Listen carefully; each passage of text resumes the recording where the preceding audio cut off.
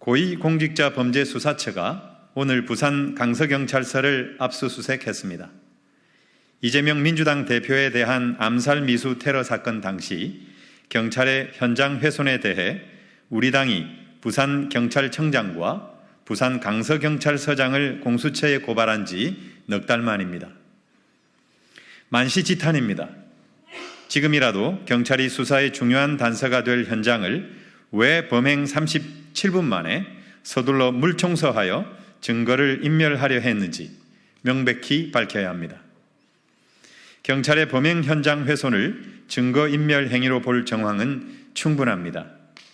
검찰이 법원에 범인의 사전 구속영장을 신청했던 날인 1월 3일까지도 담당 경찰관은 가장 직접적인 증거인 현장 혈흔사진, 지혈에 쓰인 수건과 거즈를 확보하지 못했습니다. 수사의 기본 중 기본도 지키지 않은 진상 축소 은폐를 의심할 만한 행태였습니다. 이재명 당대표 테러 사건에 대한 경찰의 소극적이고 미심쩍은 행태는 또 있습니다. 지난 1월 18일 민주당 당대표 정치테러대책위원회는 서울경찰청에 허위 공문서 작성 및 동행사죄 위반과 관련하여 대테러 종합상황실 소속 공무원을 고발 조치했습니다.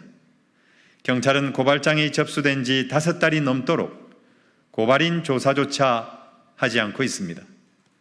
경찰의 무사 아닌 수수방관 행태를 강력히 규탄합니다.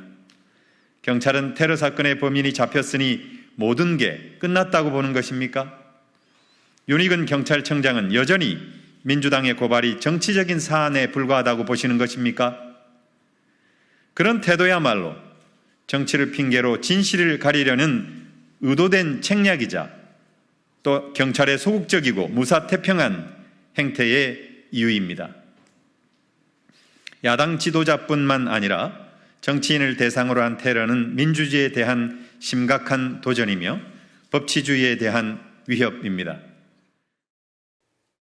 이재명 대표가 지난 2일 흉기 피습 당시 입었던 와이셔츠입니다. 옷깃엔 흉기에 뚫린 흔적이 선명하고 혈흔도 잔뜩 묻어 있습니다. 경찰은 이 셔츠를 지난 5일 경남 진주의 의료용 폐기물 업체 쓰레기통에서 확보했습니다. 범행 사흘 뒤 셔츠가 폐기되기 직전이었습니다. 의료 폐기물로 해서 보관이 되거든요. 보관되면 이제 전문 업체가 그거를 이제 수거해 가서 이제 폐기하는 건데. 사흘 만에 다시 경찰청을 항의 방문한 민주당은 경찰은 피가 묻은 셔츠가 폐기물 업체로 옮겨진 사실도 몰랐다며 부실, 맹탕 수사라고 몰아붙였습니다.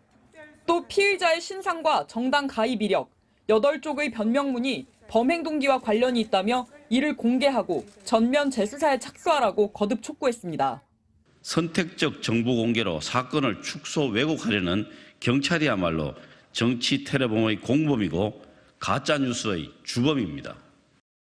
경찰은 앞서 2006년 박근혜 당시 한나라당 대표와 2015년 마크 리퍼트 당시 주한미국 대사 피습 직후엔 피의자 신원을 바로 공개했습니다. 국민의힘은 이런 식이라면 경찰 수사를 100번 하든 1000번 하든 믿기나 하겠냐며 음모론과 가짜뉴스로 여론몰이에 나서고 있다고 반박했습니다.